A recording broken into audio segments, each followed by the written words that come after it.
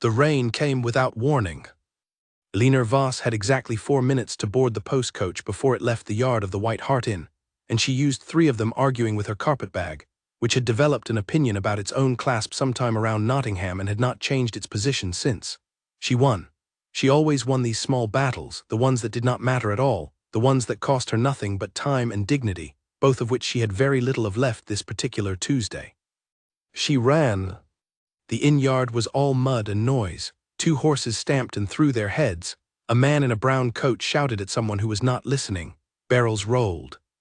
A woman in a yellow shawl pressed herself against the wall and watched Elinor run, with the calm expression of someone watching weather pass through.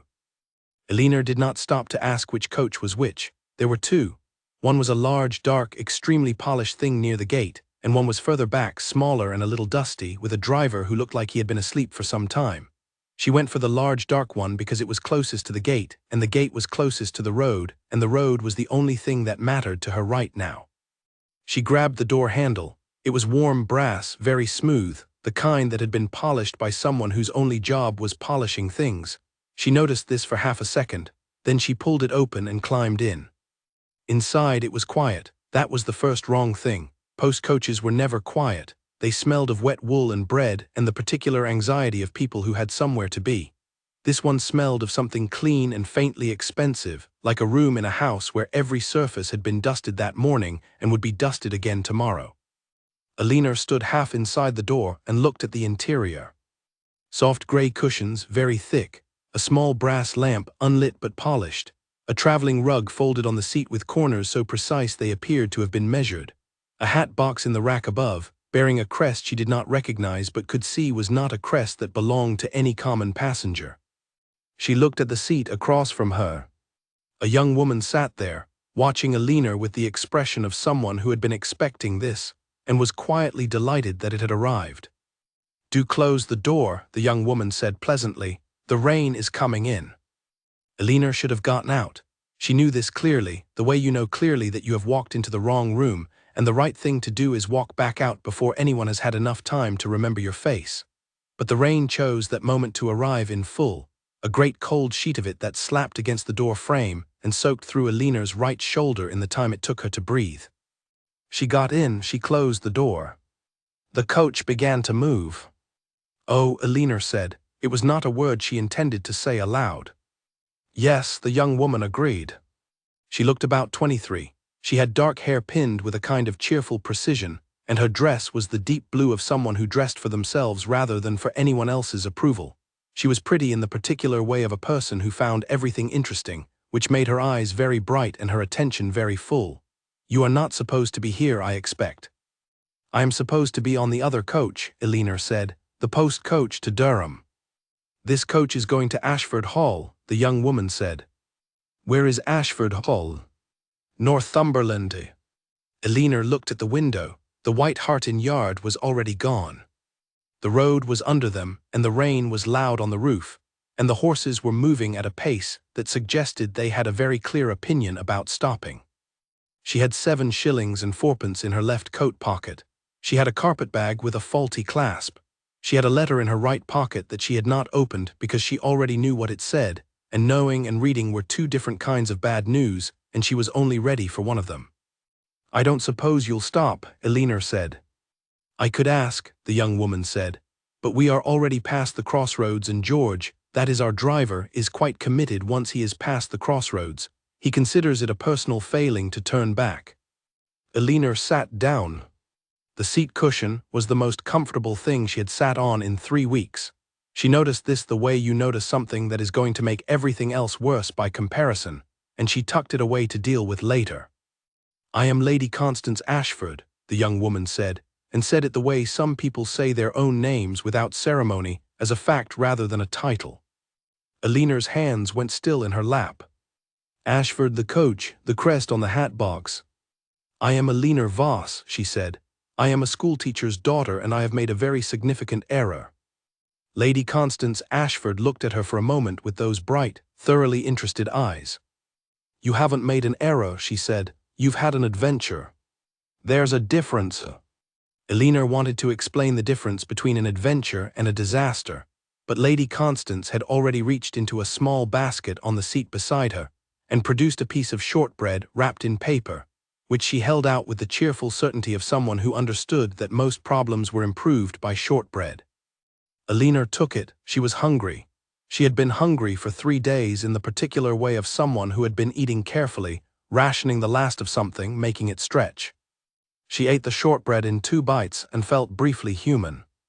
"There is a coaching inn at Hexham," Lady Constance said. "We will change horses there. We can make inquiries about the Durham post. You may find you are not so very far behind your journey as you think." Alina looked at her. Lady Constance was smiling, but not in the way of someone being polite. It was the smile of someone who was thinking about 3 things at once and was pleased with all of them. "Thank you," Alina said carefully. "Where were you going?" Lady Constance asked, "if you don't mind my asking." "To stay with a cousin," Alina said, "in Durham." This was true as far as it went. The cousin had offered a room and Alina had accepted it because it was the only offer available, and the alternative was staying in Derbyshire in a house that had stopped being hers 2 weeks ago in every practical sense, and would stop being hers in a legal sense in 12 days, when the estate solicitor finished what he had started. Her father had died in debt, not a little in debt, not in debt the way some families were, the way that could be quietly managed and spoken of in low voices and resolved over several careful years. He had died in the other kind of debt, the kind that took the house with it. Alina had packed what she could carry. She had said goodbye to the rooms that had known her all her life, the study where her father taught her Latin, the kitchen garden where she had grown things each summer with more enthusiasm than skill, and she had walked to the inn yard, and she had, apparently, gotten into the wrong coach. She did not tell Lady Constance any of this. She told her the version with the cousin in Durham, which was the part of the truth that did not require her to be pitied. Lady Constance nodded as if she had heard the cousin in Durham and also the rest of it, and said nothing further about it, which was either good manners or something Alina could not yet name. Outside, the countryside turned wet and grey and wide. Alina watched it through the window with the practiced calm of someone who had decided that composure was a thing you could choose the same way you chose your shoes, and she had chosen it this morning, and she was keeping it on. They rode in silence for a while, but it was a companionable silence, the kind that did not ask anything of either of them. Lady Constance read a small book. Alina watched the rain. The lamp swung gently. The road unrolled. "Do you read?" Lady Constance asked without looking up. "Yes," Alina said. "What do you read?" "History, letters, novels when I can find them." Lady Constance turned a page. "My brother reads history. He reads it the way some people practice an instrument, with great seriousness and very little visible enjoyment." Alina was not sure if she was supposed to respond to the brother. She decided to. "Does he enjoy it, do you think, underneath the seriousness?" Lady Constance looked up from her book and gave Alina the most direct look she had yet received in the coach. "I think he enjoys everything underneath the seriousness," she said. "He has simply had a long time to put the seriousness in the way." Alina looked back at the window. The rain was easing. A field appeared, very green, very wet, with sheep standing in it with the resigned expression of animals who have made their peace with English weather. She thought about the letter in her right pocket. She thought about the cousin in Durham who had a spare room and no particular warmth, and would not ask questions because they had never been the kind of cousins who asked questions. She thought about the shortbread and about the phrase "long time to put the seriousness in the way," which she understood without needing it explained. She thought about the fact that she was in a private coach belonging to a duke, traveling to Northumberland, with 7 shillings and 4pence, and a carpetbag that didn't close properly. "Lady Constance," she said. "Constance," said Lady Constance, "please." "Constance," Alina said, "I want you to know that I am not the kind of person who makes a habit of boarding the wrong things." Constance smiled. This time it was different. This time it was the smile of someone who had made a decision and was content with it, the smile of a person who had looked at a map and seen a route no one else had noticed yet. "I don't think you've made a habit of anything," Constance said. "I think you've been very careful for a very long time, and today the rain came at the wrong moment." Alina said nothing. She looked at her hands. "Ashford Hall is very large," Constance continued, turning another page in her book. It has more rooms than it needs and a library that is genuinely excellent and a housekeeper who will immediately dislike you because she dislikes everyone new, but she will come around by the third day because she always does. We pass Hexham in an hour. The inn there will know about the Durham Post. She did not say anything else. She went back to her book.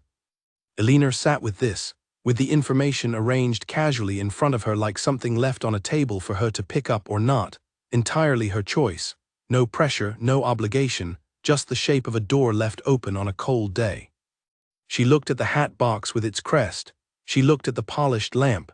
She looked at Constance, who was reading with the contentment of someone who had done something satisfying and was now waiting for it to develop. Elinor had been careful for a very long time. Constance was right about that. She had been careful and precise, and she had managed things, and she had kept the household accounts when her father forgot to, and she had not spent money on things that were not necessary, and she had packed everything she could carry into one bag, and she had walked to the inn yard in the rain this morning fully prepared to go to Durham and sit in a spare room and be quietly grateful for the rest of her life. The coach rolled north. Elinor did not ask it to stop. She told herself this was practical. The rain was bad. The Hexham Inn would know about the Durham Post. There was no cost to sitting in a warm coach for one more hour and gathering information before making a decision. She told herself this, which was true, in the way that true things sometimes are not the whole of what is true. She put the unopened letter back deeper into her pocket. She settled the carpetbag more securely between her feet. She looked out the window at the wet English countryside moving past, field after field of it, old stone walls and bare hedges and sky the color of pewter, and she breathed slowly, and she was, against all reason and all planning and all the careful arrangements she had made that morning, slightly less afraid than she had been an hour ago. She did not examine this, she let it sit. Constance turned another page. Outside, a break appeared in the clouds, just a small one. Just enough to let through a thin line of afternoon light that moved across the fields like something looking for something, touching the wet grass, making it briefly gold. Elinor watched it go. She did not know yet that the cousin in Durham would never be written to, that the spare room would remain spare, that the Hexham Inn would be reached, and the inquiry about the Durham Post would be made, and the answer would be that it had passed 2 hours ago and the next one was not until Thursday, and that Lady Constance Ashford would receive this news with the expression of someone receiving a gift, and that Elinor Voss, 7 shillings and 4pence, 1 faulty carpetbag, 1 unopened letter. And whatever was left of her composure, would spend that night in a room at Ashford Hall that was larger than her entire second floor at home. She did not know any of this yet. She knew the shortbread had been good. She knew the cushion was comfortable. She knew that the woman across from her had a quality that Elinor could not quite name yet, the quality of someone who saw things that other people missed and did not make a performance of seeing them. That was enough to know for now. The coach went north, the rain eased, the light moved. Constance read her book with a small, private smile on her face that Elinor did not notice and would not have known what to make of if she had. Ashford Hall was 83 miles away and getting closer by the minute. Elinor Voss sat in a coach that was not hers, going somewhere she had not planned to go, and she held her hands steady in her lap, and she watched England go past the window, and she did not look back at the road behind them, not once. She never did when she left something for good. She just did not yet know that this time, what she was leaving for good was the life she had been so carefully trying to build in the ruins of the old one. She did not know that something else was already beginning, in the way that things begin, without announcement, without ceremony, in the middle of ordinary moments that feel at the time like nothing more than rain and wrong coaches and a stranger's offered shortbread. But she would. She would know it before the end of the week, and the knowing of it would frighten her more than anything that had come before, because this was not the quiet kind of fear that she was used to. This was the kind that arrived with something else attached to it, something she had not felt in so long that it took her 3 days to recognize it. Something that felt alarmingly like hope. The coach rolled on. Constance turned the last page of her chapter. The horses moved steadily under a sky that was beginning, slowly, reluctantly, to clear. And Elinor Voss, who had gotten into the wrong coach entirely by accident, sat with her hands quiet in her lap and breathed, and the world went on moving around her in the particular way it does when it is about to change. The Hexham coaching inn smelled of roasting meat and damp coats. and the particular warmth of a fire that had been burning all day and intended to keep burning all night. Elinor stepped inside behind Constance and stood for a moment in the doorway, letting the heat reach her properly, letting it work its way through the wet wool of her coat and into the cold she had been carrying since that morning.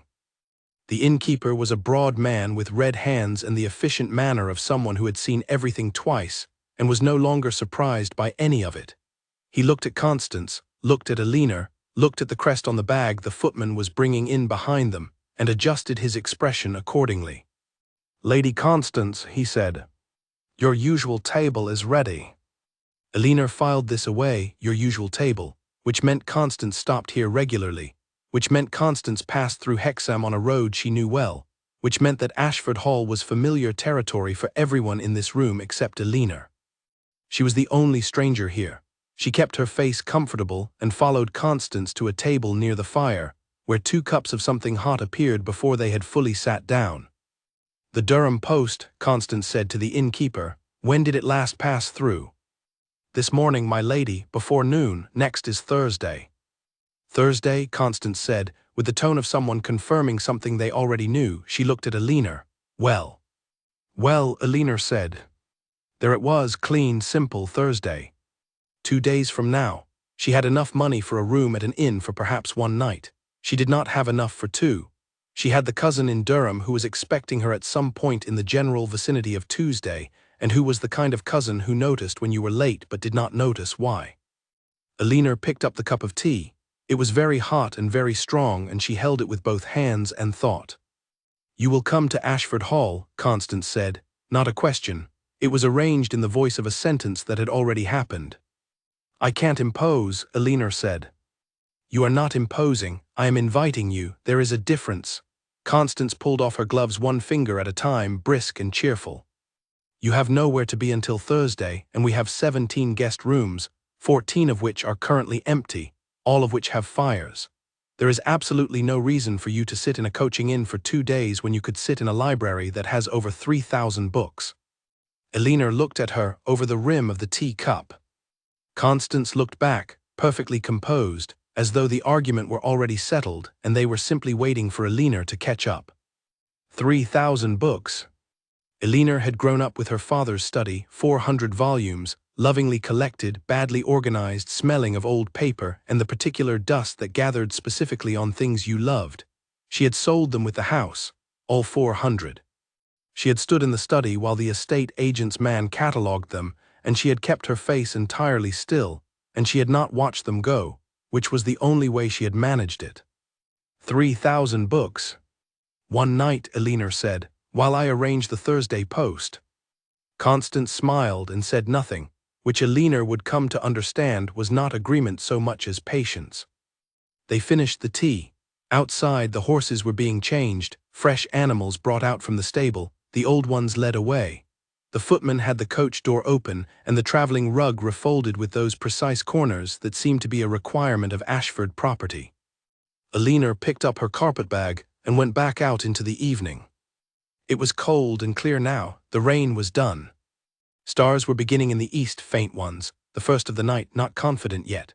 The road ahead was wet and dark and went north toward Northumberland, and somewhere out there at the end of it was a house with 17 guest rooms and a library, and Elinor told herself she was only going because it was sensible, and the Thursday post was a fact, and 1 night in a warm room was a practical decision.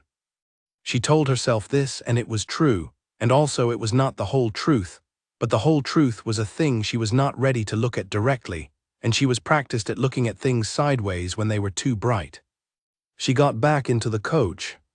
The stars came out one by one as they drove north, more of them as the cloud thinned, until by the time the coach turned off the main road onto the long drive that led through a park of very old trees, the sky above them was entirely clear and quite full, the way it gets in the north, away from town, where there is nothing between you and all that darkness but distance.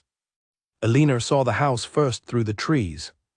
It was lit, several windows warm with light, and it was very large, larger than she had expected even after Constance's 17 guest rooms, because houses described by the people who live in them are never quite the same as houses you actually see. It sat in the landscape as though it had grown there, Old stone, long walls, chimneys above the roofline, and all of it saying without effort that it had been standing for a long time and planned to go on standing. The coach pulled up, a footman appeared, then another, then the housekeeper who came down the front steps with the expression Constance had promised, the expression of someone evaluating a situation and finding it deficient.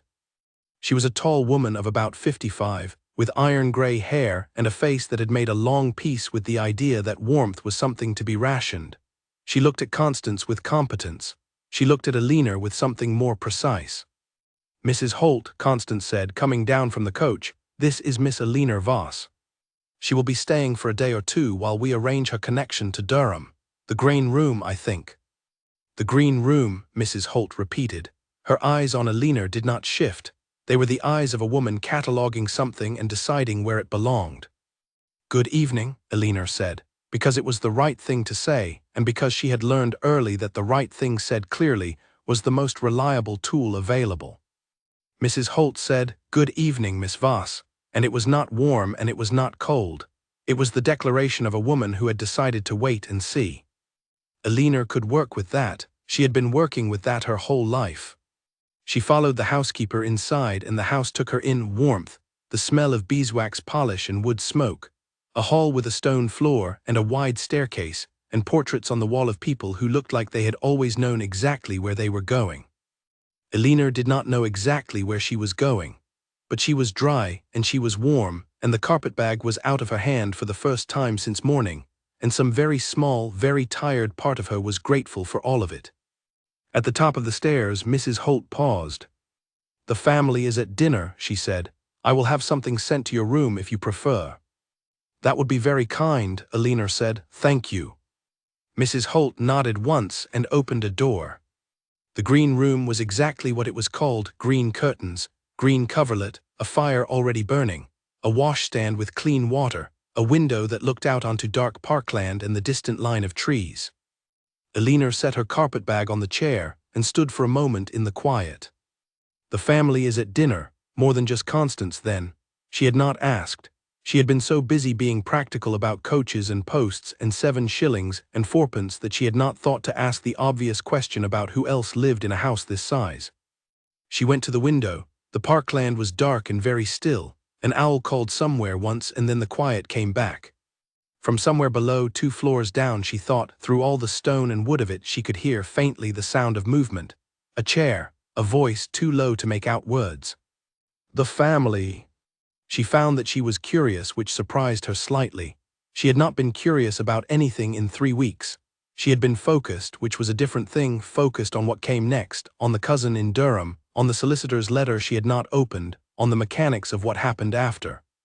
Curiosity was a luxury. It was what you felt when you were not in survival. She felt it anyway, standing at the dark window of the green room in a house that was not hers, on a road she had not planned to be on, and she let it sit in her chest alongside everything else she had been carrying, and she noticed that it was, despite everything, not entirely unpleasant. She turned back to the room. On the small table beside the bed, someone had already placed a plate, bread and cold meat, and a small dish of something pickled, and a glass of water, the meal of someone who had appeared without notice and been cared for anyway. Alina sat down and ate. She ate everything neatly without hurrying. Then she opened her carpetbag, found the brush, and pinned her hair properly. She folded her wet coat over the chair near the fire. She unlaced her boots and set them straight. She did not open the letter. She put it on the nightstand and looked at it for a moment, and then she got into bed, which was warm and clean and very quiet. And she lay in the dark and listened to the house settle around her, the small sounds of old buildings at night, the shift and creak of it, the fire going low in the grate, and she thought, one night and then Thursday and then Durham. She thought this 3 times until it felt like a plan. Then she closed her eyes, and for the first time in 3 weeks, she slept without waking in the middle of it. Downstairs at the dinner table, Constance was saying something to her brother that he was listening to, with the expression he used for all news he was not sure he wanted. "She is a schoolteacher's daughter," Constance said, "from Derbyshire. She got into the wrong coach by mistake. She is perfectly sensible and perfectly composed, and I think you should meet her." Edmund Ashford, 5th Duke of the same name, 31 years old, not currently in the market for anything his sister had in mind, refilled his glass and said nothing for a moment. "She is going to Durham," he said. "On Thursday," Constance said. "Thursday," Edmund thought. He said, "I see," which was not agreement and not refusal, and Constance smiled at her plate with the smile she used when something was going exactly as she had arranged. Edmund did not notice the smile.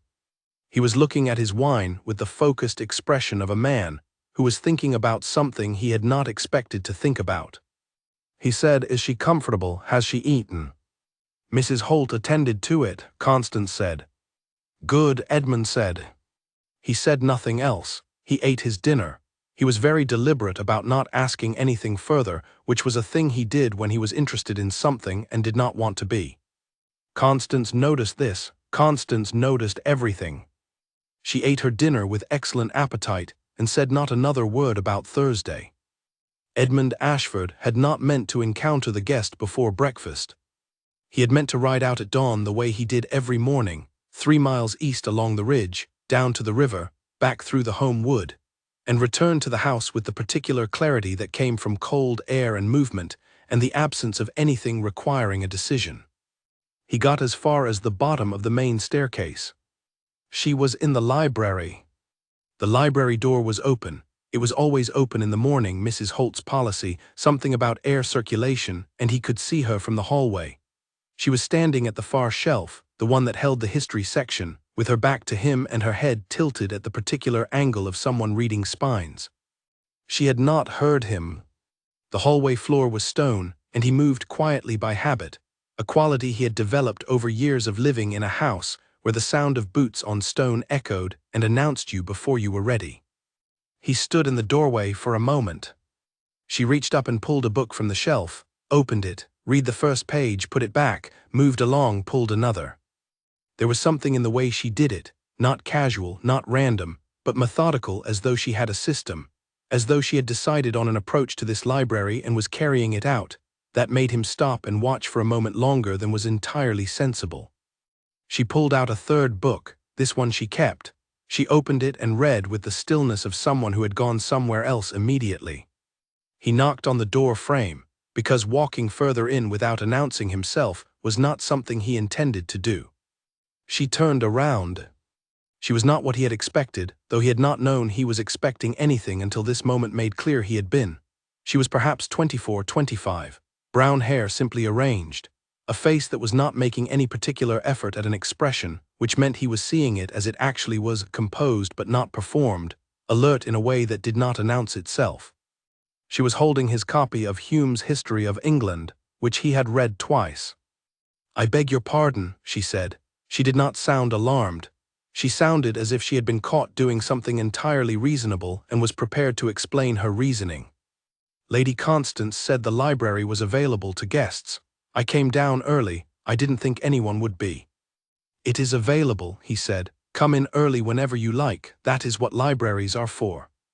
A pause, a very small one. "Thank you," she said. "I am Miss Voss." "I know," he said. "Constance mentioned you last night." He walked in because it was his library and because he had decided to, and he looked at the Hume in her hands. "Is that your first choice or your second?" She looked down at it, then at him, with the particular expression of someone adjusting to a conversation that had taken an unexpected direction. "Third," she said. "The first two weren't what I was looking for." "What were you looking for?" She seemed to consider whether to answer. He waited. He was a patient man in the mornings, before the day put things in the way of it. "Something that starts with a specific event," she said. "Not an overview. I find I am less interested in the general shape of things lately and more interested in the particular moment when one thing became another."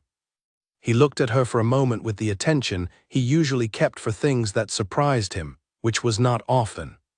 "Third shelf from the top," he said. "Left side. There is a collection of letters from the Cromwell period, personal, not political. Each one is a specific moment." She turned and found the shelf with the ease of someone who had already memorized the room's layout in the 20 minutes she had been in it. She looked. "Thurlow," she read off the spine. "Yes, sir." She pulled it out, opened it, read. "Oh," she said, which was the same small, involuntary sound she had made in the coach yesterday, and he found he had already learned what it meant. It meant something had arrived that she had not expected. "Yes," he said again. She looked up at him with an expression that was briefly uncalculated, that had the quality of someone who has forgotten for half a second to manage what their face is doing. "This is excellent," she said. "I know," he said. "I have read it 3 times." She looked back at the book and then at him, with the faint beginnings of something that was almost a smile but was pulling back from it. He did not push it. "I'll leave you to the library," he said. "The cook serves breakfast at 8. Mrs. Holt will show you if you need." He turned to leave.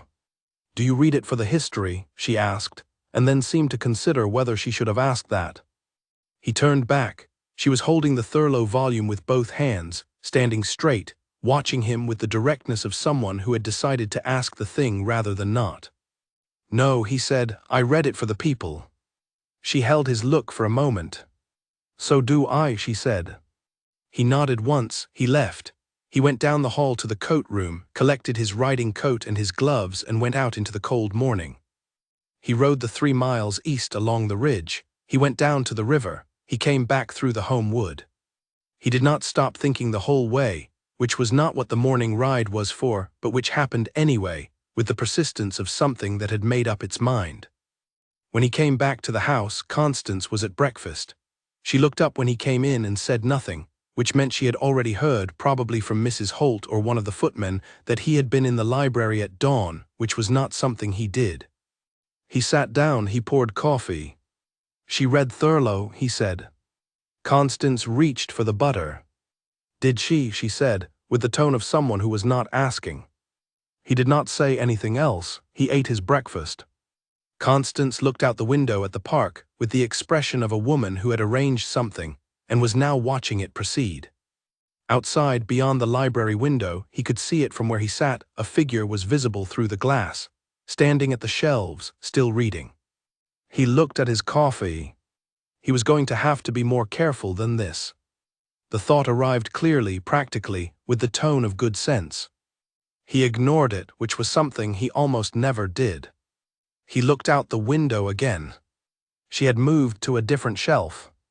He drank his coffee and said nothing further, and Constance asked him about the Eastfield drainage, which required his full attention, and he gave it his full attention, deliberately, with the focused effort of a man performing competence in the service of not thinking about something else. He was not entirely successful. But he was the 5th Duke of Ashford, and he had been performing competence in the service of not thinking about things for quite a long time, and he was very good at it. Thursday, he thought. Durham. He thought about the Thurlow letters, and about the particular way she had said "so do I," as though it had surprised her to discover they agreed. Thursday, he thought again. It did not help as much as it should have. By the second morning at Ashford Hall, Elinor had learned several things. She had learned that the east staircase was 3 steps shorter than it looked, and that you reached the bottom slightly sooner than expected, which she had discovered by nearly pitching forward into the hallway at speed, and which she now navigated with the caution of something learned the hard way. She had learned that the cook, a small woman named Mrs. Denby, who appeared at breakfast only long enough to ensure that everything was correct, and then vanished back to her kitchen like a practical ghost, made bread that was so good it was briefly distracting. She had learned that Mrs. Holt, the housekeeper, had come around slightly, not warmly, not in the way Constance had promised on the 3rd day, but in the practical way of a woman who had evaluated something and updated her view. She spoke to Elinor with the brisk directness of someone who did not waste words, which Elinor respected deeply. She had learned that the library had a window seat on the east wall that caught the morning sun between 9 and 11, and that this window seat was very nearly the finest place she had ever sat. She had not yet learned what she was going to do about Thursday. It was now Wednesday morning. Tomorrow the post coach went to Durham.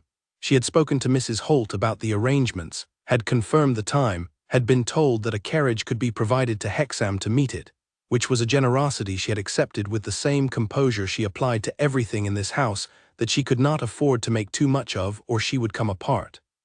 She was sitting in the window seat with Thurlow's letters when Constance arrived. Constance arrived everywhere the way weather arrived. You knew something was coming by a slight change in the atmosphere, and then she was there, fully present, carrying a cup of tea she had apparently brought specifically for Alina, and settling into the armchair across the window with the unhurried ease of someone who had nowhere else to be and had chosen this. "Tomorrow," Constance said. "Tomorrow," Alina agreed. "You have written to the cousin in Durham." "Yesterday."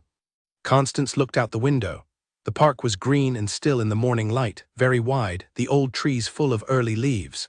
A deer was visible at the far edge, moving slowly along the tree line, not alarmed, just moving. "My brother liked your conversation in the library," Constance said. Alina looked up from Thurlow. "We spoke for perhaps 5 minutes," she said. "Yes," Constance said. "He talked about it for considerably longer." Alina held the book in her lap and looked at Constance with the expression she used when she was deciding how much of what she was thinking to let be visible. She liked Constance. She had liked her from the shortbread forward, with the increasing certainty of liking that came not from any single thing but from accumulation, from the way Constance noticed things without performing noticing, from the way she spoke about her brother, which was always direct and never unkind, from the way she had said, "You haven't made an error, you've had an adventure," which was either wisdom or very good management, and Alina was not yet sure which. She also knew clearly and without drama that Constance was doing something deliberate. She had known it since Hexham, since the careful way the information about Thursday was produced and the library was mentioned and the green room was offered. She knew it the way you know when a room has been arranged. You cannot always identify what was moved, but the arrangement tells you that someone was thinking. "Constance," she said. "Yes," Constance said. "What are you doing?" Constance looked at her with those bright, thorough eyes, and then she smiled, and this smile was different again. It was the smile of someone who had been waiting to be asked directly and was relieved that the moment had arrived. "My brother," Constance said, "has been very lonely for a very long time. He will not say so because he is Edmund, and Edmund has not said an unnecessary thing since approximately 1810. He is kind and he is serious, and he reads history for the people in it, which I think you understand, and he has arranged his life in the most careful possible way, and the arrangement is very correct and very orderly, and there is almost nothing in it." Alina listened. "I am not suggesting anything improper," Constance continued. "I am not suggesting anything at all, technically. I am merely pointing out that you have found the library useful and the house is comfortable, and Thursday is only one possible day among many." Alina looked at her for a long moment. Outside, the deer had reached the trees and gone in among them. "I cannot stay indefinitely in someone else's house," Alina said. "People stay in houses," Constance said. "It is a common activity. People with a reason to stay." "You have no house of your own," Constance said, quietly but plainly, without making it a wound. Just a fact set down carefully. "You have a cousin in Durham who has a spare room. You have 7 shillings, which you were kind enough not to mention but which I am aware of because I saw your face when we talked about the inn at Hexham." Alina said nothing. Her hands were still. She was practiced at keeping her hands still. "I am not offering charity," Constance said, "which I know you would refuse. I am offering the library and a room, and the possibility that you might stay long enough to find something worth staying for. That is all." A silence. The kind that said more than the words before it. Alina looked at the book in her lap. Thurlow's letters, written in another century, by people trying to explain themselves to each other across distance and difficulty, trying to say true things in the language available to them. "I do not know your brother," she said. "No," Constance agreed. "You've met him once for 5 minutes in the early morning in a library, which is actually the best possible version of him, so you are ahead of most people." Alina almost smiled. She pulled it back, but not quite in time. Constance saw it, said nothing. Alina looked out the window. The park was very green. The sun was in the window seat. Somewhere in the house, probably the library, probably at his desk, was a man who read history for the people in it and had not said an unnecessary thing since 1810 and had been very lonely for a long time. She thought about the cousin in Durham, the spare room, the questions not asked. She thought about the Thursday post coach, cold, northward going south, Hexham to Durham in 6 hours. She thought about Thursday as an exit and Thursday as a choice, and the difference between those two things, and which one she was doing. "I will write to the cousin again," she said, "to say I am delayed." Constance picked up her cup with the most restrained satisfaction. Alina, had ever seen on a human face. "I'll have Mrs. Holt air the green room properly," she said. "I said delayed," Elinor said, "not indefinitely." "Of course," Constance said. Elinor looked at her. Constance looked back, serene, innocent, thoroughly unconvincing. Elinor picked up Thurlow's letters and went back to reading. She was on page 47, which was a letter written in November of a very difficult year, by a man trying to explain to someone far away that he was not as steady as he appeared, that the steadiness was a thing he had built because the alternative was worse, that he hoped they understood. She read it twice. She thought it was one of the finest things she had ever read. She also thought, quietly and without entirely meaning to, that she might mention it to the Duke at breakfast tomorrow if the opportunity arose. Not because Constance was arranging things. Because she wanted to. That distinction mattered to her. It was small and it was probably invisible to everyone but her, and it was important. She turned the page. Outside, the morning went on. The house settled around her, warm and large and full of 3,000 books, and Elinor Voss, who had come in for one night and was apparently staying another, read on in the window seat while the sun moved slowly overhead, and the park was very green below, and Thursday came one day closer, and meant something entirely different than it had when she first heard it. Constance had not planned to overplay her hand. This was not arrogance. She had a genuine talent for arrangement, for seeing the shape a thing wanted to take and giving it the small encouragements it needed, and she had exercised this talent carefully with patience for 3 days. The library, the meals, the green room aired and warm. The deliberate moments of absence, the conversations managed just below the level of obvious, the way she had positioned things so that Edmund and Elinor encountered each other as if by chance, because she understood her brother well enough to know that anything that felt like design would make him pull back, and what she needed was for him to move forward on his own. She had been doing beautifully. And then the Whitfields arrived. Sir Frederick Whitfield and his wife, Lady Whitfield, were neighbors of the sort that arrived without much warning and stayed rather longer than was comfortable. Lady Whitfield had a daughter, Catherine, 19, blonde, organized in the particular way of a girl who had been organized toward a purpose since childhood. The purpose, which everyone within 30 miles understood and no one said aloud, was Edmund. Constance had been aware of this purpose for 2 years. She had been managing its approach for 2 years. In the way you manage bad weather, you did not stop it. You simply ensured that when it arrived it found fewer surfaces to grip. The Whitfields arrived at 4:30 on Wednesday afternoon, with a dinner invitation that had been accepted before Constance even knew about it, because Edmund had accepted it out of the obligation of years of neighborly courtesy and had not thought to mention it. Constance found this out from Mrs. Holt at 4:45. She stood in the hallway with this information for approximately 4 seconds. Then she went to find Elinor. Elinor was in the garden, which she had discovered that afternoon, which was a walled kitchen garden that adjoined the main house on the south side. She was standing in front of a bed of early herbs, looking at them with the expression of someone who knew about growing things and was making assessments. "There is going to be a dinner party tonight," Constance said. Elinor turned. She looked at Constance's face and read it. "Tell me," she said. Constance told her. The Whitfields, Catherine, 2 years. Edmund's habit of accepting invitations he did not remember accepting. Elinor listened without interrupting. She was standing in the herb garden with her arms at her sides, and she listened to all of it with the stillness she brought to things that required thought. When Constance finished, Elinor said, "What do you want me to do?" This was one of the things Constance had decided she liked about Elinor Voss. She did not perform responses. She did not say, "Oh dear," or "how uncomfortable." She asked the practical question. "Come to dinner," Constance said, "that is all. Just be there." "And be what precisely at this dinner?" Elinor asked, with the look of someone who had understood the subtext and was asking to confirm it. "Be yourself," Constance said, "which I have found to be sufficient." Elinor looked at her herbs. "I have one dinner dress," she said. "It is 3 years old."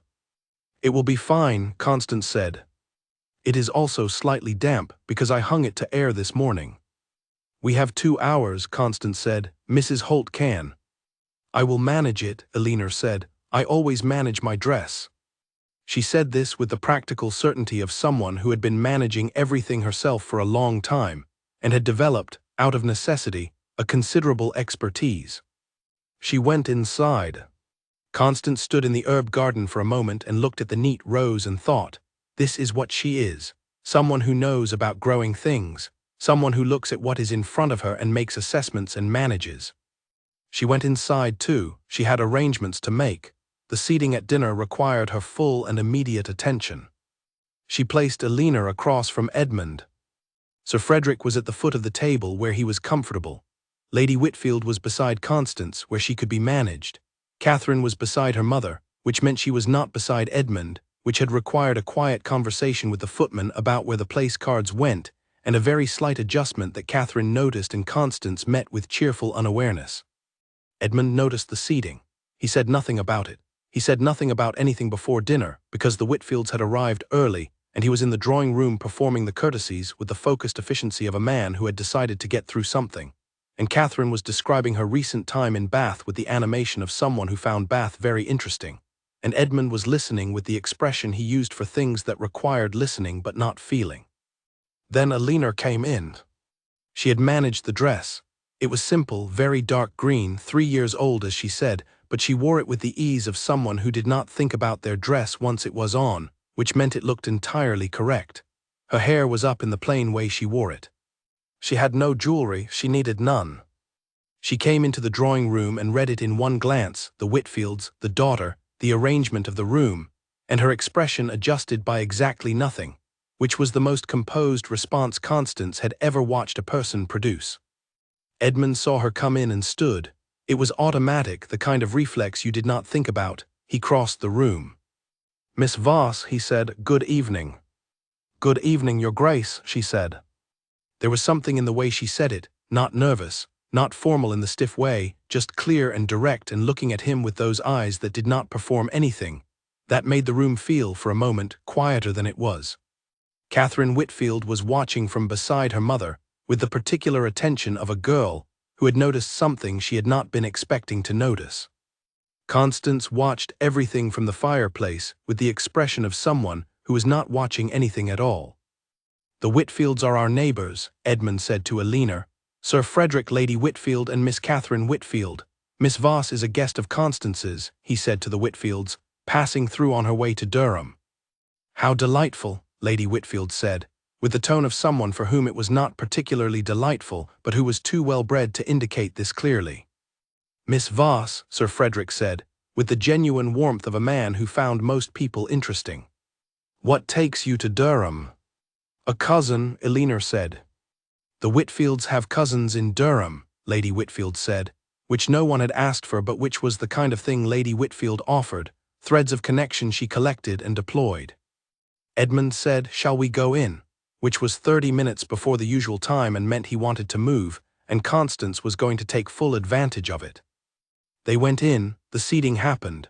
Catherine looked at the place cards with the controlled expression of someone who had wanted to sit elsewhere and had decided it was beneath her to say so. Elena sat across from Edmund and opened her napkin and said absolutely nothing about the Thurlow letters, which she had told Constance that morning she was planning to mention at breakfast, because the conversation had shifted and there was a time for everything. Instead she said to Sir Frederick on her right, "You have a very good view of the ridge from your estate, I imagine. I could see it from the East Road this morning." Sir Frederick lit up. He loved the ridge. He had opinions about the ridge that he had been waiting for someone to invite. Constance listened to Elena draw Sir Frederick out with the practiced ease of someone who had been managing conversations for years, who knew how to make a person feel heard and interesting, who asked the question that led to the next question. Edmund, across the table, was listening too. Not to Sir Frederick. Constance watched her brother in the way she had been watching him for 2 years, with a combination of affection and analysis that was the particular burden and pleasure of knowing someone very well. She watched him listen to Elena direct Sir Frederick's enthusiasm about drainage and ridge access and the East Road, and she watched the very careful way he was not looking at Elena too much, which was its own kind of looking. Catherine said something to him, he answered. He was perfectly courteous, he was always perfectly courteous. But he was listening. Constance ate her soup. And then, because Constance had not planned it, because some things simply happen without arrangement, because truth sometimes breaks the surface on its own. Edmund said to no one in particular to the table, "The drainage on the east side of the ridge connects to the same system as the Denby Brook. We had it mapped 3 years ago." And then he looked at Alina quite directly and said, "You mentioned it on your walk this morning, Miss Voss. Did you see the stone marker where it joins?"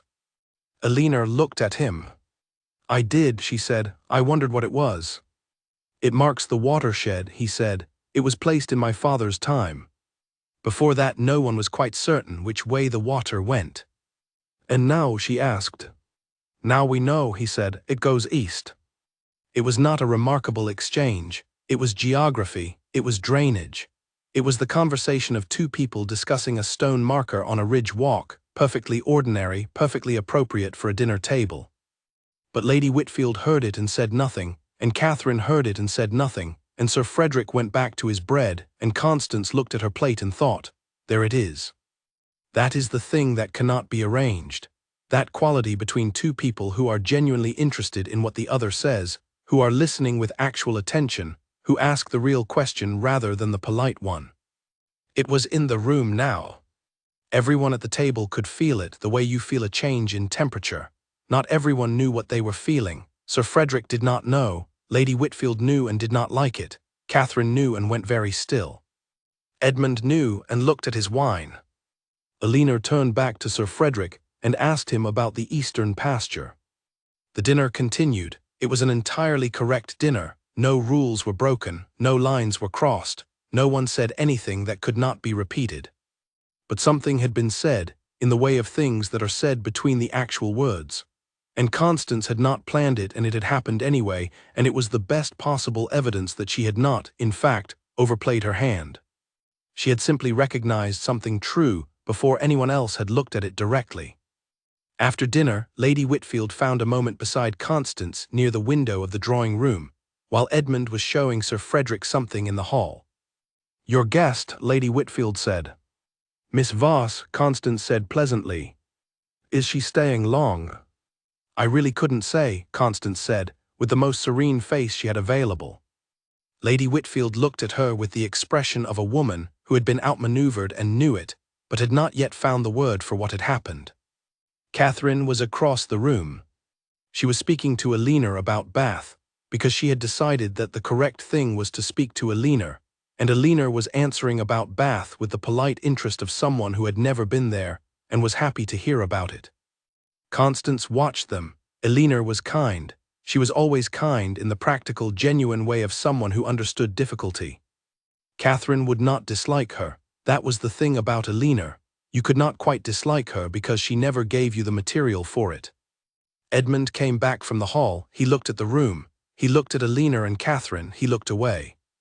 Constance turned back to Lady Whitfield with the smile of someone who had nothing whatsoever to hide. "More tea," she said. Lady Whitfield said yes, because there was nothing else to say. The letter arrived on Friday morning. Not Alina's letter, the unopened one in her nightstand that she had moved from her coat pocket on the first night, and had not opened since. A letter she knew the contents of in every practical sense, and was waiting for the right moment to confirm officially, the way you wait to blow out a candle in a room you are about to leave for good. A different letter, a new one, addressed to Constance, forwarded from a Derbyshire solicitor, carrying in its neat handwriting the name of Alina's brother. It arrived with the morning post. Constance was at breakfast when it came. She opened it with the routine efficiency of someone who handles correspondence before coffee and expects nothing unusual. She read it once. She set it down beside her plate. She read it again. Mrs. Holt was in the doorway with a question about the linen cupboard. Constance answered her. Her voice was entirely normal. Mrs. Holt went away satisfied. Constance picked up the letter a third time and looked at it with the expression of a woman who had just been handed something she did not know how to hold. Alina's brother, she did not know him, had not known he existed until this morning, had written to confirm a financial arrangement. He had written to confirm that the estate's remaining assets, including the last of their mother's personal jewelry collection, had been transferred as settlement for the debt balance. He had written to ask whether Miss Alina Voss had arrived safely in Durham, as she had indicated she would, and whether the cousin could confirm her welfare, as he had some further documentation requiring her signature. He had written about his sister, the way you write about something that has been settled. Constance put the letter in her pocket. She sat at breakfast and drank her coffee and looked at the window and thought. She thought about Alina's hands, the way they were always still. The stillness of someone who had been managing something very large for a very long time and had learned to keep the management invisible. She thought about the 7 shillings. She thought about the phrase delayed not indefinitely. She thought about the carpetbag with the faulty clasp. She thought about the unopened letter on the nightstand in the green room, which she had noticed only because she had been in the room when Alina was not, to leave a book she thought Alina might like, and the letter had been there on the nightstand with the look of something left out, because looking away from it was not the same as not knowing what it said. She sat with all of this for a while. Then she finished her coffee. She did not go to Alina. She thought carefully about what going to Alina with this letter would mean, what it would take from Alina, the composure, the management, the carefully arranged dignity of a woman who had decided to carry her own difficulties without display, and she decided that going to Alina was not the right thing to do. She thought about telling Edmund. Edmund had been in the East Wing since breakfast, dealing with the business correspondence that accumulated in the way of a large estate's obligations. He would be there until noon, then he would ride. Constance walked to the East Wing. She knocked, he said to come in. She went in and she stood in front of his desk and she put the letter on it. He looked at it, then at her. She said nothing. She had learned over many years of being Edmund's sister that he read things more clearly when you gave them to him without interpretation. He was very good at understanding things. He did not always need help arriving there. He needed the information and he needed the space to think. He picked up the letter and read it. He read it once, he set it down, he looked at the window. She watched his face. She knew his face very well, every part of it, the part that managed things, the part that thought, the part he kept very still when he was feeling something he had decided not to show. She watched all 3 of those things happen in sequence, quietly, efficiently, the way Edmund did most things. He said, "Does she know you have this?" "No," Constance said. "Where is she?" "Library, I expect, or the garden." He nodded, he looked at the letter again. He did not touch it a second time.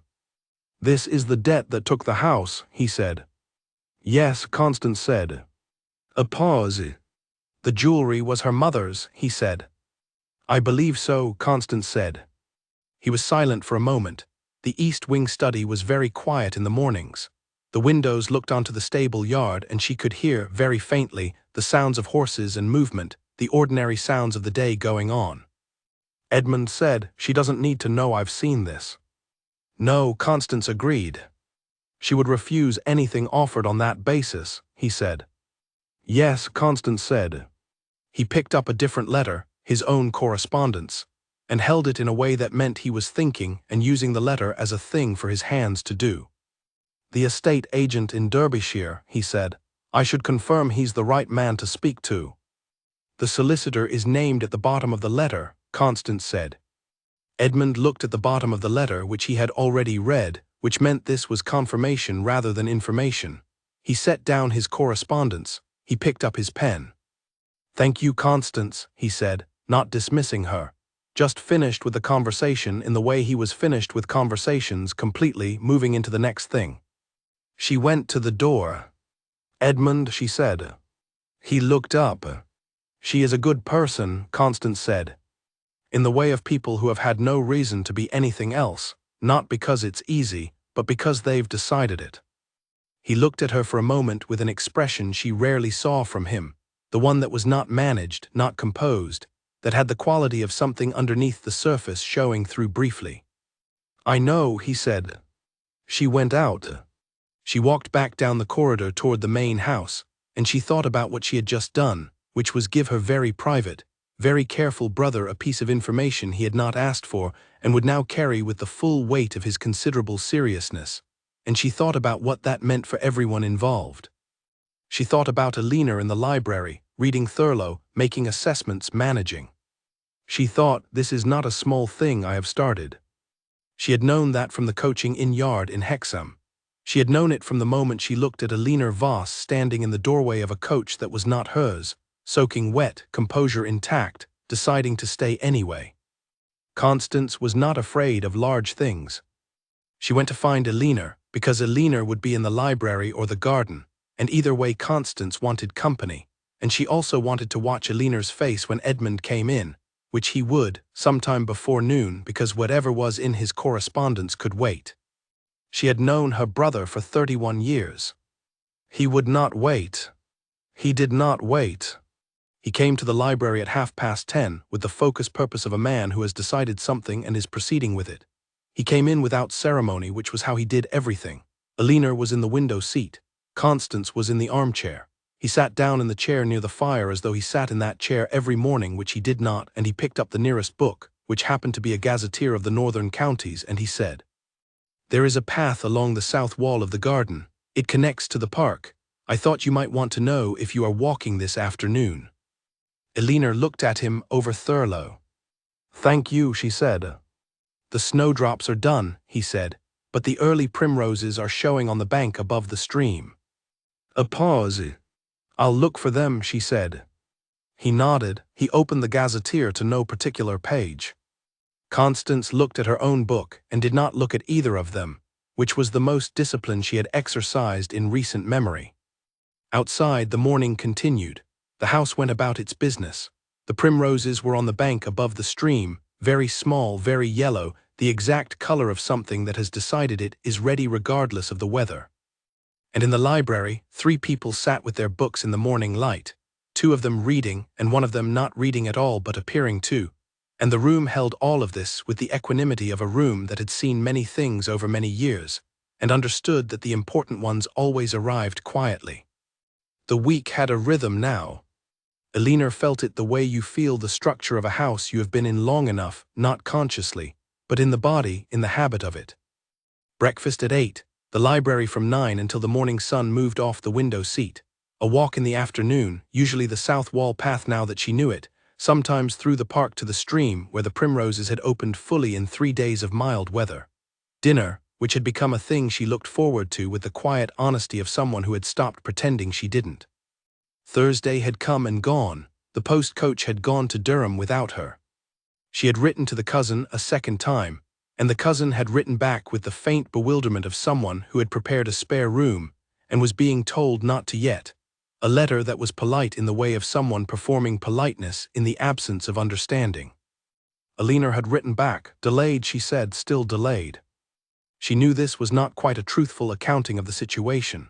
She was not delayed in the way of a traveler whose road is blocked. She was delayed in the way of a person who was staying because staying had become a thing she was choosing, which was a different kind of delay entirely, one that had a name she was not quite ready to say yet. She had opened the other letter, the estate letter.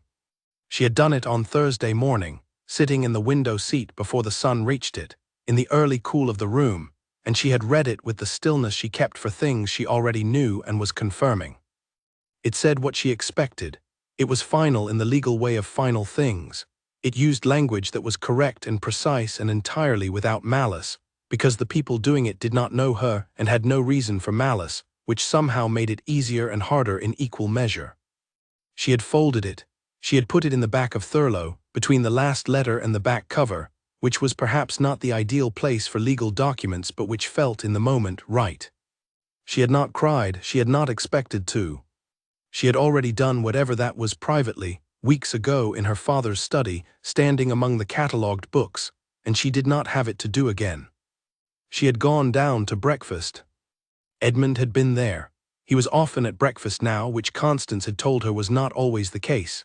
He had passed her the toast without being asked, because he had observed over several mornings that she took toast and had simply noted it, which was the kind of attention that did not make a performance of itself and was therefore more present than the performed kind. She had thanked him, he had nodded. They had both read things and said nothing further for 20 minutes, and it was one of the most comfortable 20 minutes Elinor had experienced in recent memory. She thought about this as she walked the south wall path on Saturday afternoon. She thought about comfortable and what it meant, because comfort was not nothing. Comfort was, in fact, quite a lot when you had been a long time without it. The path ran along the inside of the old stone wall, south-facing, warm in the afternoon.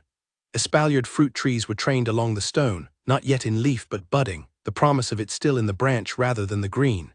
The kitchen garden was on the other side of an archway in the wall, and beyond that the park opened out to the stream and the primrose bank and the long view of the ridge.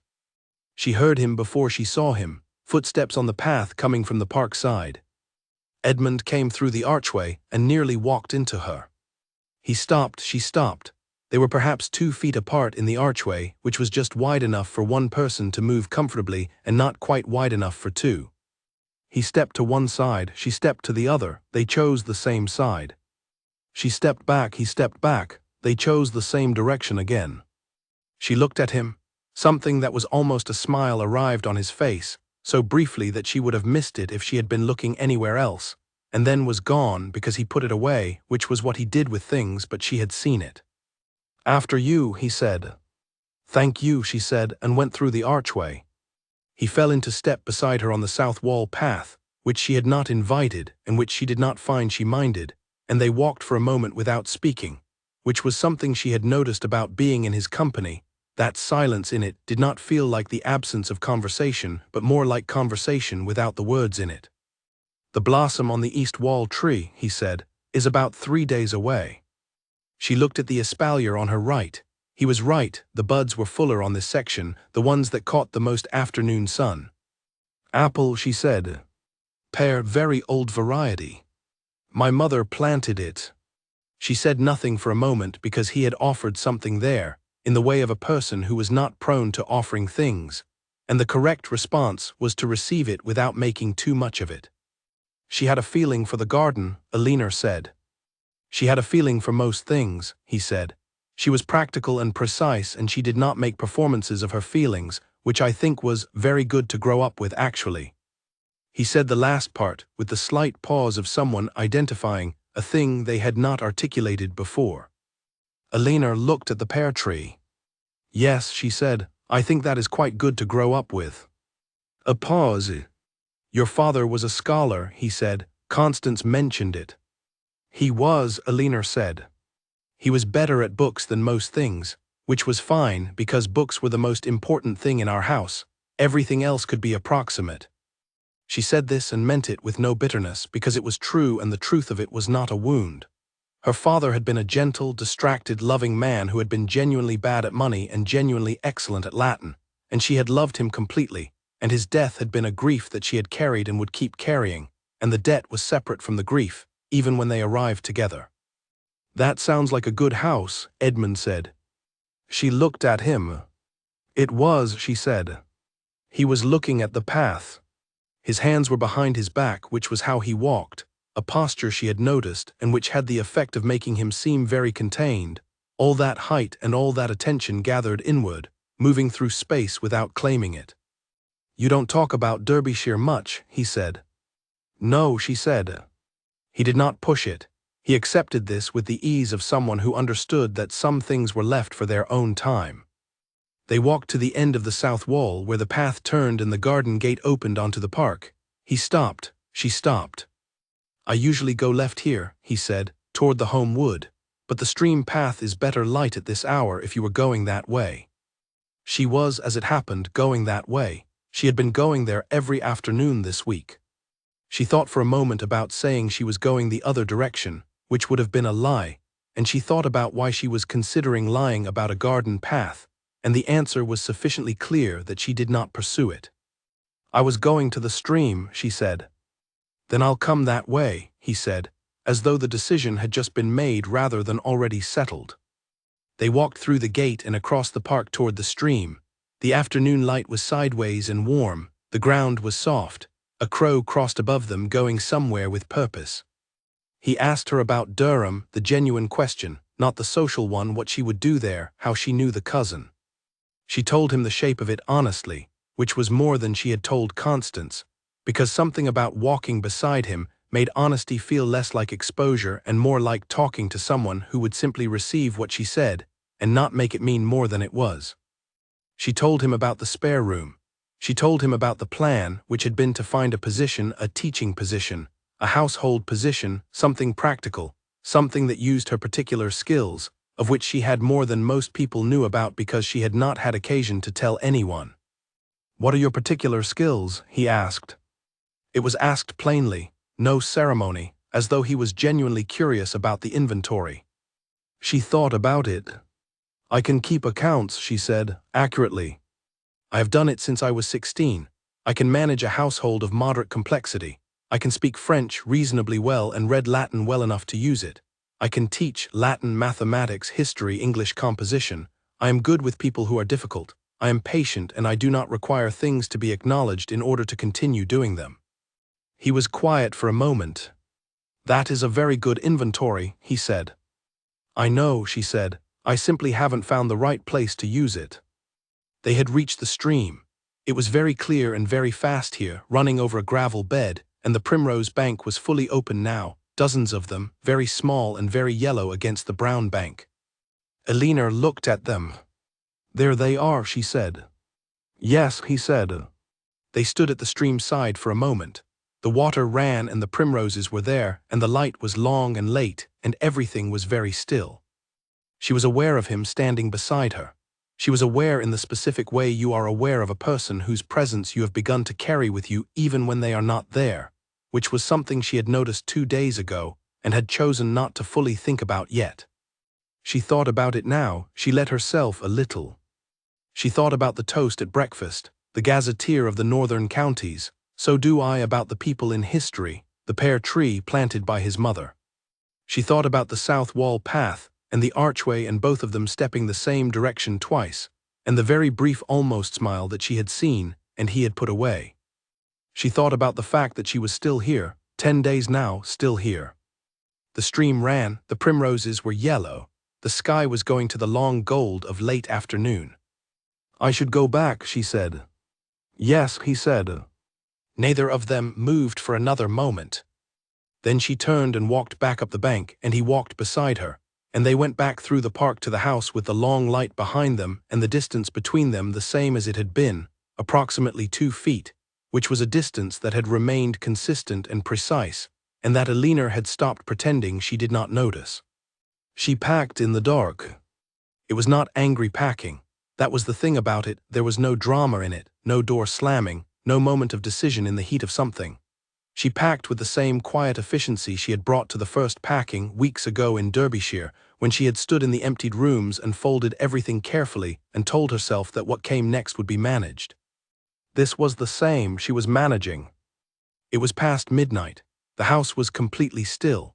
She had the lamp on its lowest setting, enough to see, not enough to be seen through the window, and she folded her green dress and wrapped it in the paper she had kept from the bread at dinner and laid it in the carpetbag and told herself this was right.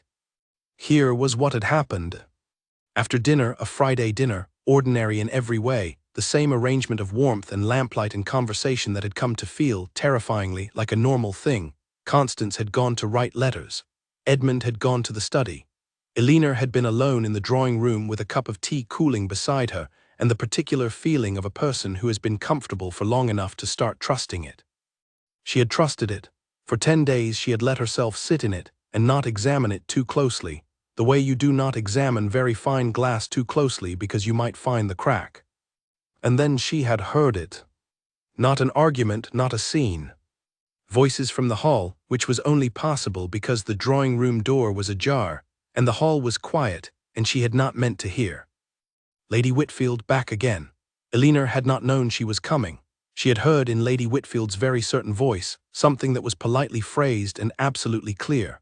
Something about the history of the family and the obligations of an estate and the importance of knowing where people came from, and the daughter of a detruined scholar being a very fine person in her way. In her way. Elinor had sat with her cooling tea and been very still. She had heard Edmund's response, which was brief and entirely controlled. He had said that Miss Voss was a guest of his household and that her personal circumstances were not a matter for discussion. And Lady Whitfield had said yes, of course, and the conversation had ended, and Elinor had heard footsteps, and she had picked up her teacup and set it down again and sat very straight. This is what had happened. And the thing was the thing that had made her go upstairs and open the carpetbag instead of going to sleep, was not Lady Whitfield. Lady Whitfield was a person with opinions that were common and predictable, and Alina had encountered variations of her entire life. The thing was what came after. What came after was sitting alone in the drawing room and knowing, with the clear-eyed certainty of someone who had been managing hard truths for long enough to recognize them quickly, that Lady Whitfield was not wrong about the facts. Alina Voss had nothing. She had 7 shillings and 4pence. She had managed to spend none of it, because nothing in this house had cost her anything, which was its own kind of difficulty to look at. She had the skills she had inventoried for Edmund by the stream with the unself-conscious honesty of someone who had not been thinking about how it sounded. She had the green dress, the carpet-bag, the faulty clasp. She had the letter from the estate solicitor folded inside Thurlow's collected letters, which was a kind of irony she would appreciate later, when she was further away from it. She did not have the kind of position, the kind of origin, the kind of standing that belonged in a house like this one. And standing in the drawing room with the cooling tea, she had understood with absolute clarity that she had been doing a very foolish thing for 10 days. Not foolish in the way of making errors, foolish in the way of allowing herself to want something before she had assessed whether the wanting was sensible, which was a thing she had always been careful about, and which she had apparently stopped being careful about somewhere between the shortbread and the south wall path and the stream with the primroses. She had hoped. She had done the thing she had been trying not to do, the thing that was its own kind of debt, borrowing against a future that had not been offered, against a feeling she had not confirmed from the other direction, against the particular warmth of a person who was kind by nature and might be nothing more than that. She packed. She packed neatly because she was always neat. She wrote the note. Thank you, it was not large enough for what it needed to carry, but nothing was, and the things that were too large for words were better left as small ones. Thank you for the library. Thank you for the primroses. Thank you for passing the toast. She did not write any of that. She wrote thank you and signed her name and set it on the nightstand next to the lamp and looked at it for a moment. It was a good note, given its limitations.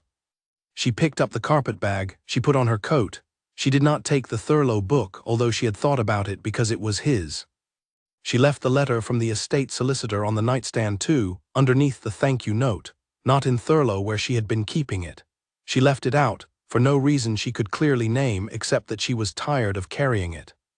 She went down the back stairs, the ones the staff used, because they were quieter. She went through the kitchen passage and out the service door and around the side of the house to the front drive.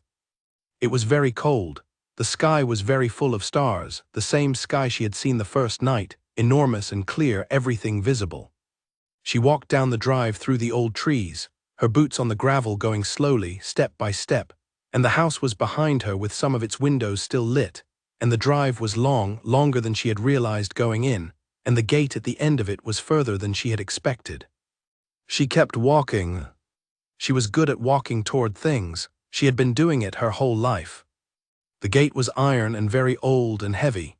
She opened it, which required both hands and the particular technique of lifting slightly while pushing, which she had learned because she had walked this path 3 times in the last week, and the gate always needed that specific thing. She went through it. She closed it behind her, carefully. She was always careful with other people's gates. The road was dark and empty and went south. Durham was considerably more than a day's walk. She knew this. She was not planning to walk to Durham. She was planning to reach the main road, and from the main road to Hexham was 2 miles, and in Hexham she could find some kind of conveyance and she could write to the cousin again and say she was arriving today, which would be a surprise, but the cousin would manage it. The cousin always managed things. It was the primary thing Alina knew about her. She walked south. The road was wet and the grass on either side was dark and the stars were very clear above it all. Every one of them where it was supposed to be, nothing changed. The sky the same as it always was, indifferent in the particular way of very large things. She thought, I am making a sensible decision. She thought, I am removing myself from a situation before it becomes more complicated. She thought about the library and the morning toast, and the way he had said the pear tree was his mother's, and she thought, this is the right thing to do. She thought all of this with the full force of her considerable capacity for sensible thought. She kept walking. The road curved. The park wall was beside her on the left for a while, and then it ended and there was open field. The sound of the stream was somewhere to the right, very faint. She walked. She had been walking for perhaps 20 minutes when she heard the horse. It was behind her on the drive on Ashford's Drive, which meant it had come through the gate she had carefully closed. One horse moving fast, faster than made sense for the dark road, and then the sound changed as it came off the gravel and onto the road surface. She kept walking. The horse came up beside her and stopped. She stopped. She did not turn around immediately. She stood on the wet road in the dark with her carpet-bag and her coat, and she took one breath, and then she turned around. Edmund Ashford, 5th Duke, was on his horse in the dark road, in the coat he had not taken time to button properly, his breath and the horse's breath both visible in the cold air. He had found the note. That was what his face said. He had found the note and the letter on the nightstand, and he had not waited. He looked at her. She looked at him. He got down from the horse. She did not move back. He stood in the road in front of her, and he was very tall, and he was breathing harder than he usually did, which was the thing she noticed first, the something underneath the management that he had not quite gotten back in place before he reached her. She was not going to make this easy for him by saying something first. She did not intend to be difficult. She simply did not know what he was about to say, and she intended to hear it before she responded to it, because she had been misreading things for 10 days, and she was not going to compound it by misreading this. He said, "You left without telling me." She said, "I left you a note." "You told Constance thank you in a note," he said. "You told me goodbye in 3 words at the bottom of it." 3 words is a goodbye, she said. Not, he said, for someone you know. She held the carpetbag in front of her with both hands and looked at him. He was looking back at her with the expression that was not the managed one, the one she had seen briefly twice, and which had been put away both times before she could be certain she had seen it. It was not put away now. He was standing in the road in the dark with his coat not buttoned properly, and he was looking at her with the expression of a man who had decided something in the time it took to find a horse and come down the drive. "Eleanor," he said. "Not Miss Voss, Eleanor." She was quiet for a moment. "You heard Lady Whitfield," she said. "Yes," he said, "I heard her." "Then you understand why I am on this road," she said. "No," he said. "I understand why you think you should be on this road. That is not the same thing." She looked at him. He held the look with the patience of someone who was not moving. "I have nothing," she said. It was the clearest she had put it to anyone, including herself, flat and simple and entirely accurate. "I have a carpetbag and I have skills that I need to turn into a living, and I have a cousin in Durham with a spare room. That is the complete accounting of it. You are a duke. I was a schoolteacher's daughter from a debt-ruined house." Lady Whitfield was not wrong about the facts. "I know the facts," he said. "I have known them since the second morning." She said nothing. "I know about the letter," he said. She went still. "The one from the solicitor," he said. "Constance received a letter from your brother's agent forwarding documents. She brought it to me." He said this plainly, not as a confession, as a fact that she deserved to have regardless of what she did with it. She felt something move through her that was not anger and was not grief, and was the particular thing that happened when you discovered that the privacy you had been maintaining had already been given up, not maliciously, but because other people had been paying attention. "You knew," she said. "Yes," he said. "And you said nothing." "I did not want you to feel that I knew," he said. "I was aware that if you knew I knew, you would go."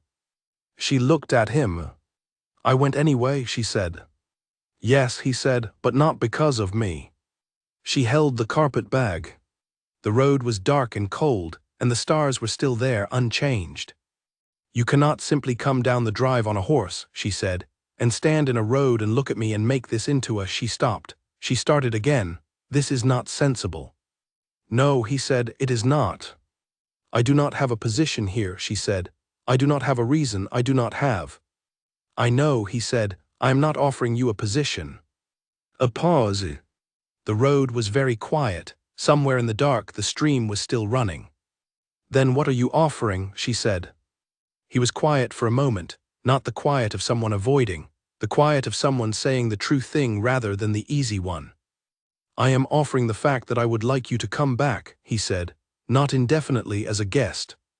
Not for a position, because since you arrived in my house and asked me whether I read Hume for the history or the people in it, I have not spent a single morning not thinking about whether you were in the library. And I am very aware that this is early, and I am very aware of the differences in our circumstances, and I am not standing on this road asking you to resolve any of that tonight." He paused.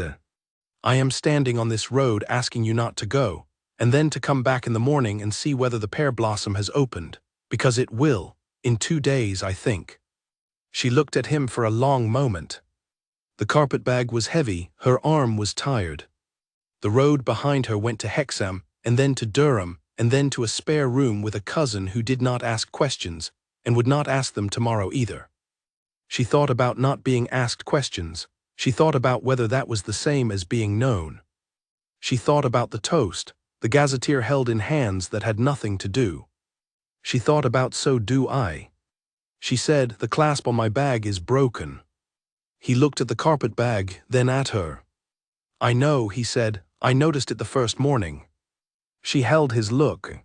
She turned around. She started walking back up the road toward the gate. He walked beside her, leading the horse, and they went together up the road toward the park gate and through it, and up the long drive through the old trees, both of them quiet, which was the kind of quiet she had come to understand meant something rather than nothing. The house was lit at the upper windows. Constance was in one of them, which Alina could see and chose not to comment on. At the door she stopped. "2 more days," she said, "for the pear blossom." "Yes," he said. "And then we will see," she said. "Yes," he said, "and then we will see." She went inside.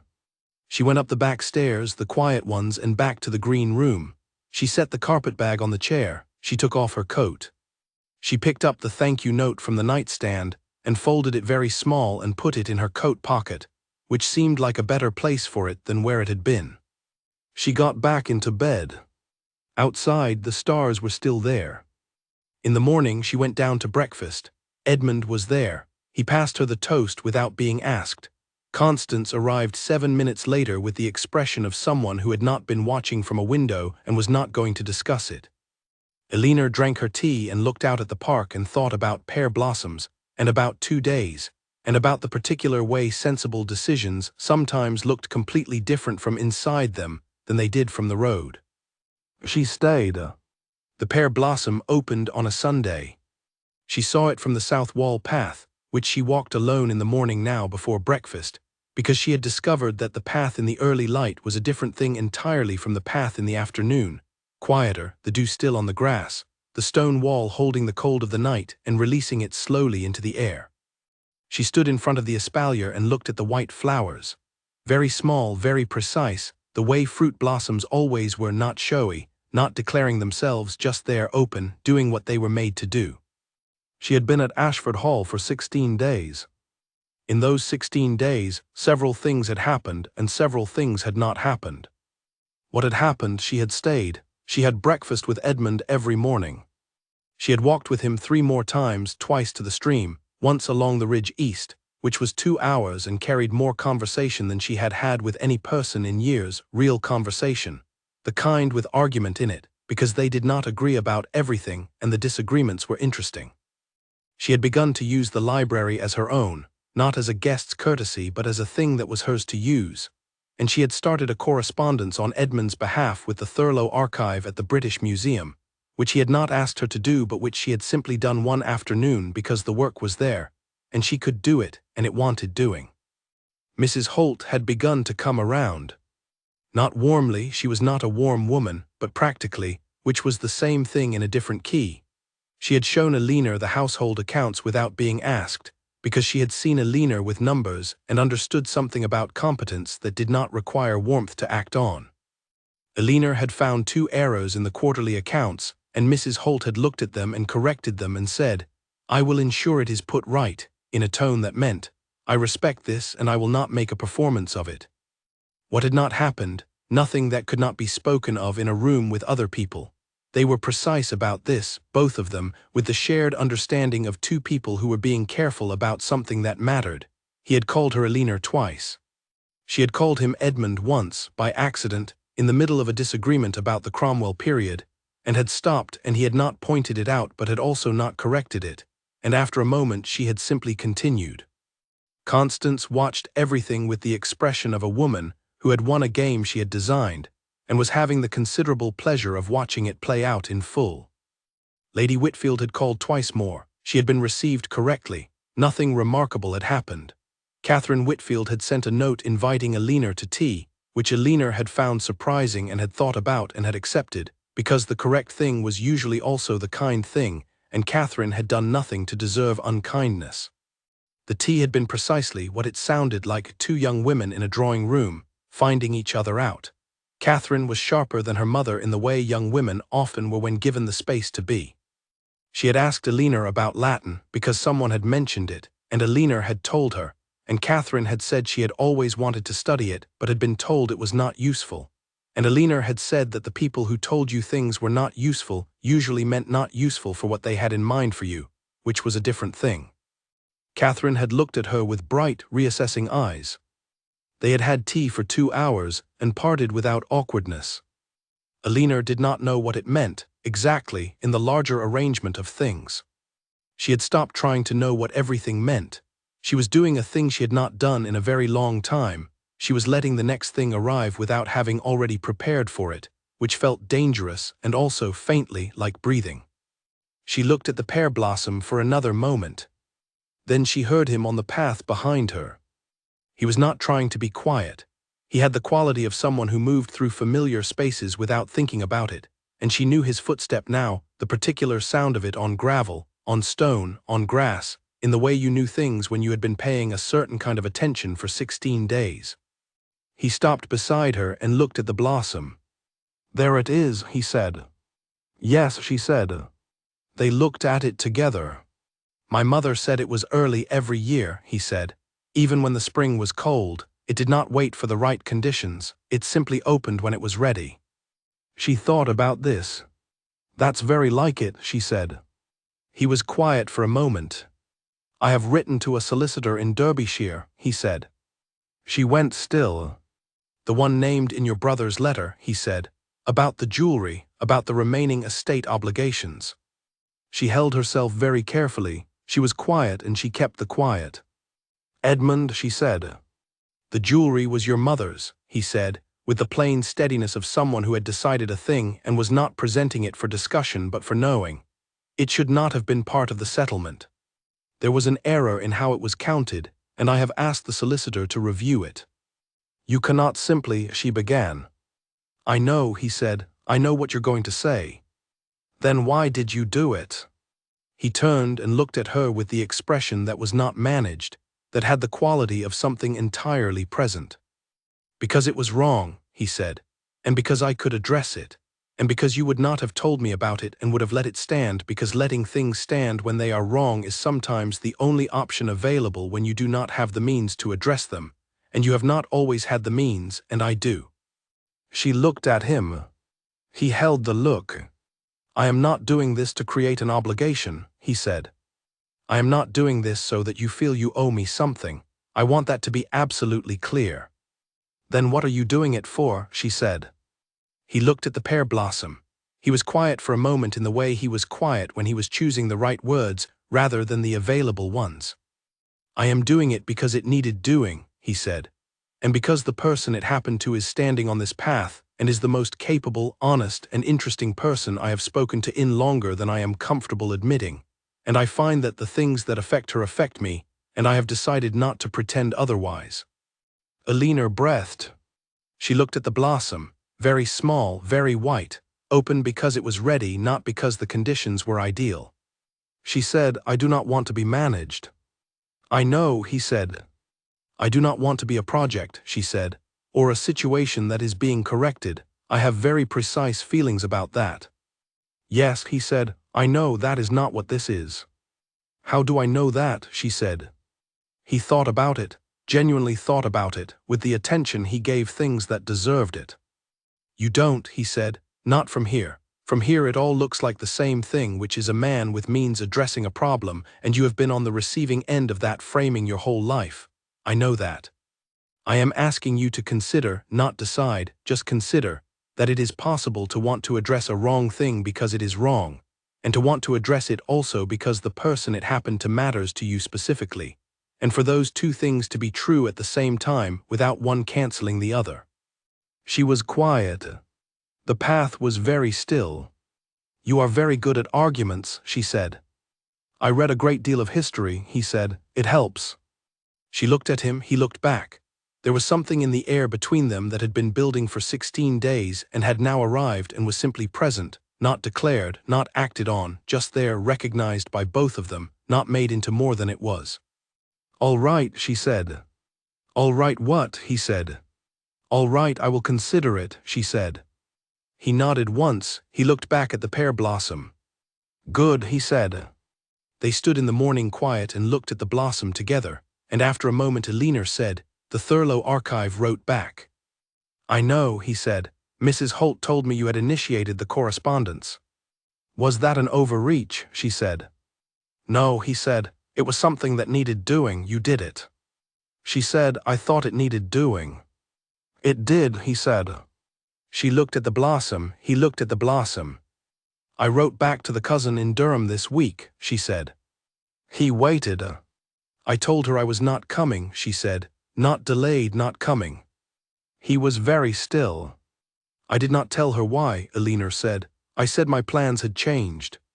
"Which is accurate." "Yes," he said, "that is accurate." She picked up the small thread of what she was saying and followed it. "I don't know exactly what my plans are," she said. "I am not a person who is comfortable without a plan. I want you to understand that.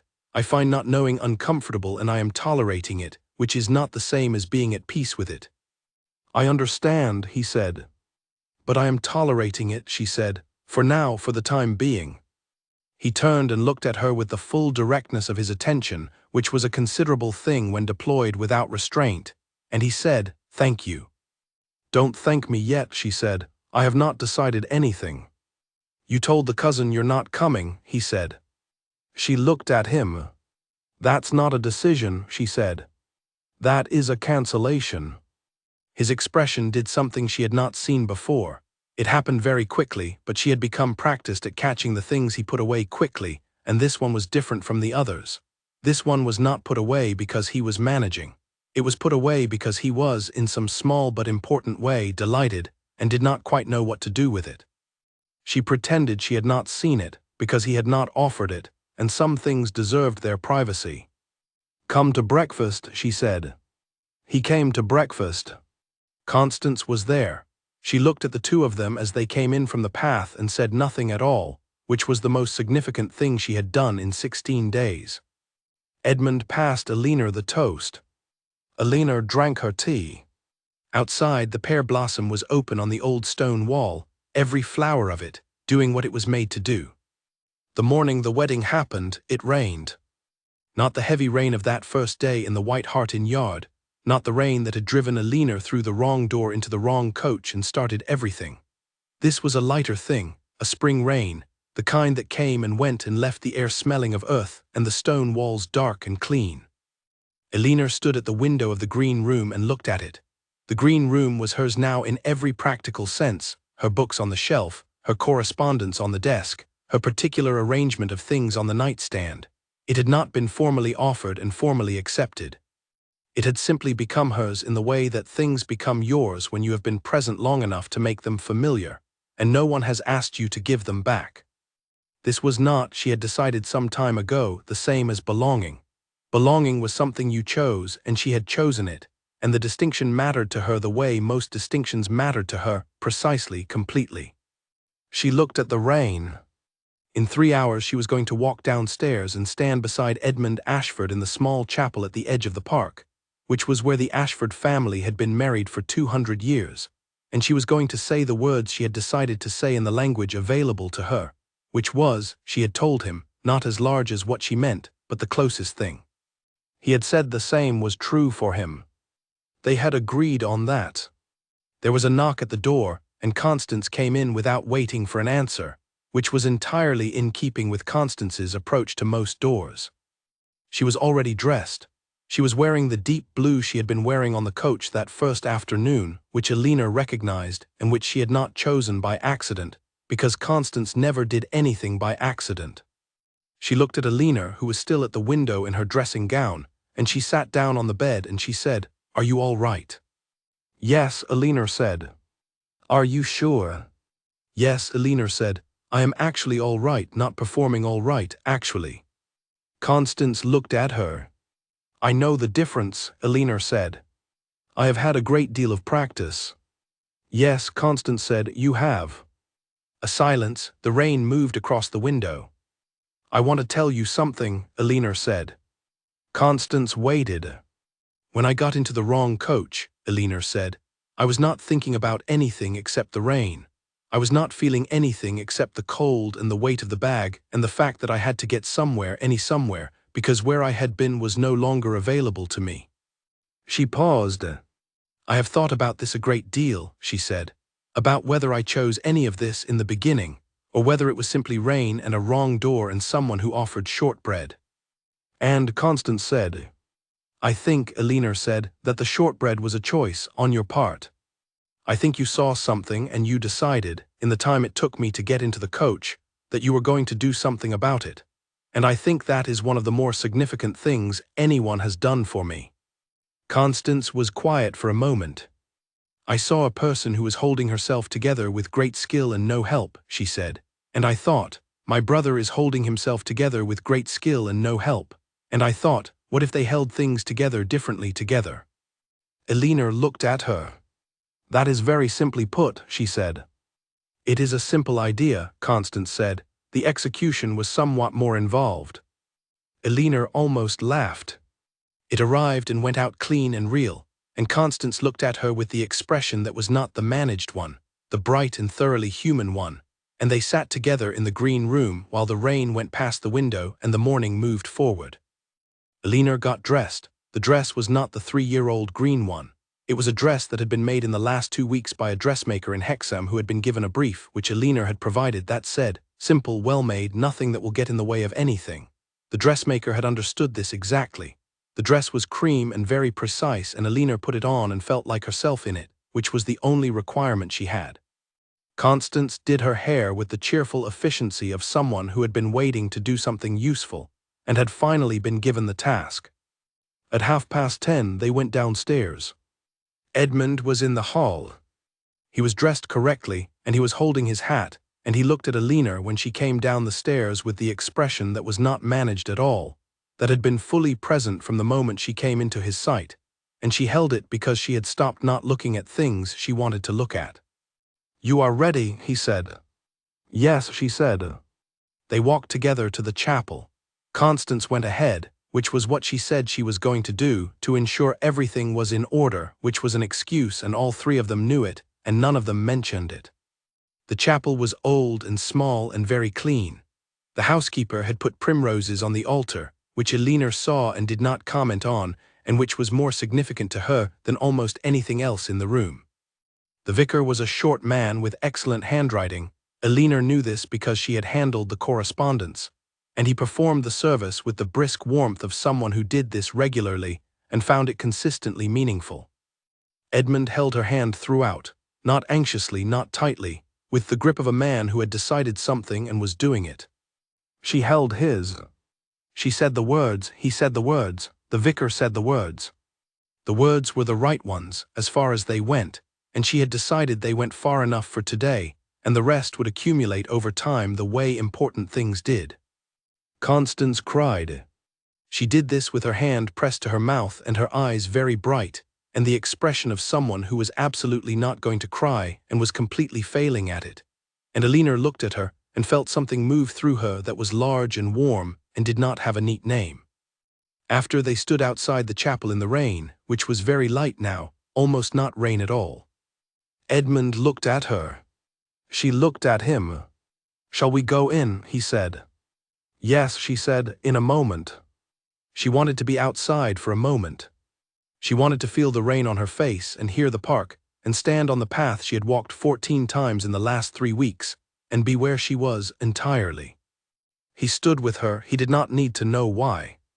That was, she thought, one of the things. That was one of the things.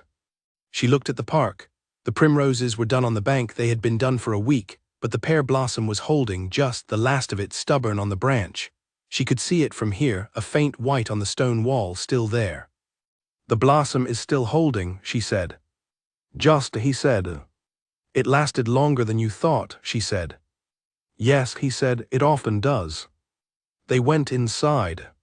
Constance was already in the dining room, which she had arranged for breakfast, a proper breakfast, the good china and the bread that Mrs. Denby made that was still briefly distracting, and she was standing behind her chair with the expression of someone who had arranged everything correctly and was ready to receive the occasion with appropriate dignity. She lasted approximately 4 seconds. Well, she said, which was not adequate to the moment, and she knew it and did not care at all. Elinor sat down. Edmund sat down. Mrs. Holt appeared in the doorway with the coffee and looked at Elinor with the expression she had arrived at over 5 weeks, the expression of a woman who had updated her view and was not going to make a speech about it. Congratulations, Your Grace, she said. This was for Elinor, not for Edmund. Elinor said, Thank you, Mrs. Holt. Mrs. Holt went out. Edmund passed Elinor the toast. Constance reached for the butter. Outside, the rain was done. The park was very green, the pear blossom held on the wall last of the spring still open. In the dining room, over breakfast, Constance said, very casually, very carefully, to no one in particular. I told you. Edmund looked at her, Elinor looked at her. I did, she said. I told Mrs. Holt last week. I said, she is exactly right for him, and I told you so. You told Mrs. Holt, Edmund said. She is very discreet, Constance said. She won't tell anyone. Constance, Edmund said. Only Mrs. Holt, Constance said, and possibly George. George knew from Hexam, he is very observant. Elinor looked at her coffee. She was smiling. It arrived and it stayed, and she let it entirely without pulling it back at all, and Constance saw it and looked at Edmund, and Edmund was looking at Elinor with the expression that he no longer put away. And the room held all of it in the way of rooms that have held many things over many years, and know the difference between the ordinary ones and the ones that matter. Constance had said only once to the butler. She had said it 7 times, to everyone she could reasonably reach without making it obvious. But she said this to no one. She ate her breakfast with excellent appetite and kept it entirely to herself. She had earned that much.